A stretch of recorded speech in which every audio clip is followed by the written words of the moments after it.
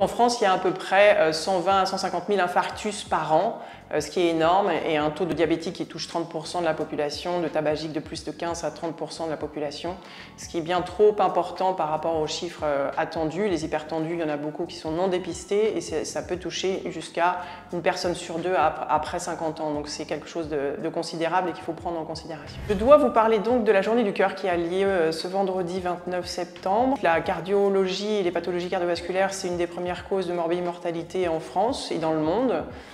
Et il y a une bonne part de cette pathologie qui est liée à des facteurs de risque qui sont modifiables. Alors dans les facteurs de risque cardiovasculaires, vous avez les facteurs de risque non modifiables comme l'âge et le sexe et l'hérédité sur laquelle vous ne pouvez pas agir.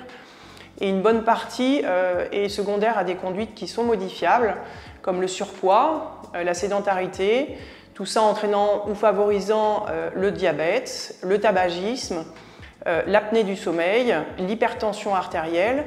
Et tous ces facteurs de risque-là sont modifiables, c'est-à-dire qu'en adoptant une hygiène de vie correcte, en mangeant des produits non transformés et pauvres en acides gras saturés, en ayant une activité physique régulière, ce qui est recommandé, c'est 5 jours par semaine, 30 minutes par jour, en évitant de fumer, que ce soit du tabagisme actif ou passif, mais également la cocaïne, le cannabis, qui sont des facteurs de risque cardiovasculaire secondaires mais existants.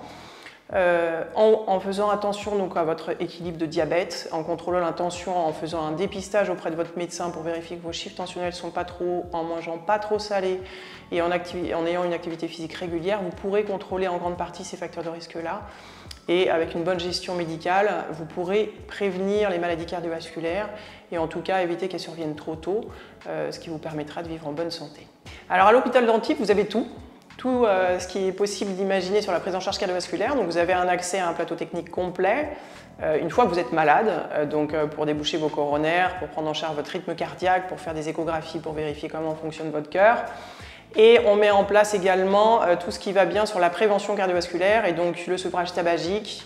Vous avez un gros service de diabétologie qui permet de vous équilibrer et de vous aider sur la diététique.